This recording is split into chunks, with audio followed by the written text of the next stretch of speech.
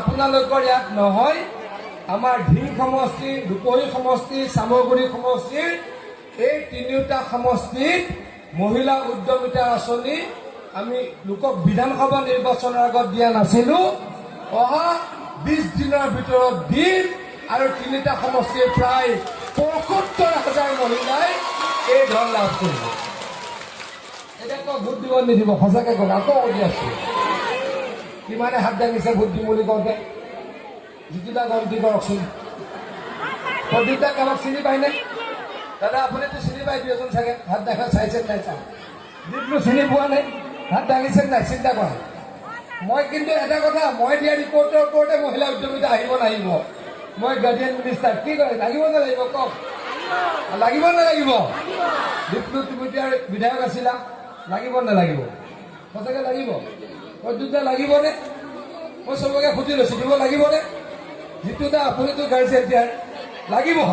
যিটো গোস্বামীয়ে কৈছে একদম লাগিব, লাগিবতো?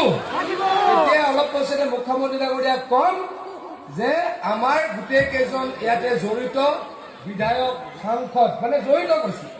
প্ৰদ্যুৎ বৰদলৈ ডাঙৰীয়া ইয়াতে সাংসদ আছিল, দীপলু ৰঞ্জন শৰ্মা ডাঙৰীয়া ইয়াতে বিধায়ক আছিল, জিতু গোস্বামী ডাঙৰীয়াই বিধায়ক খেলিছিল।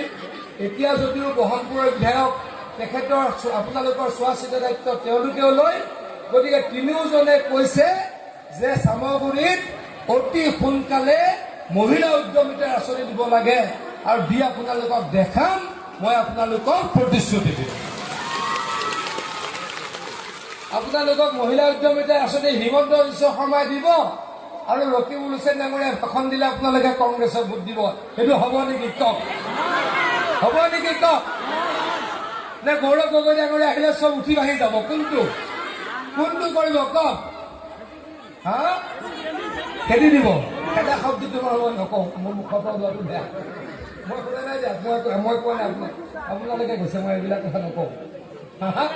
খেদি দিম বুলি আপোনালোকে কৈছে, মই কোৱা নাই। কিন্তু খেদি দিম বুলি আপোনালোকে কৈছে, মই কোৱা নাই। মই তেনেকুৱা কথা নকওঁ, কিন্তু অনুৰোধ কৰিছো, আমি আকৌ কৈছো, অহা 20 দিনৰ ভিতৰত চামগুৰিত, ৰূপহীত আৰু আমাৰ ঢিং সমষ্টিত মহিলা উদ্যমিতাৰ ৭৫,০০০ মহিলাক ১০,০০০কৈ টকা দিম।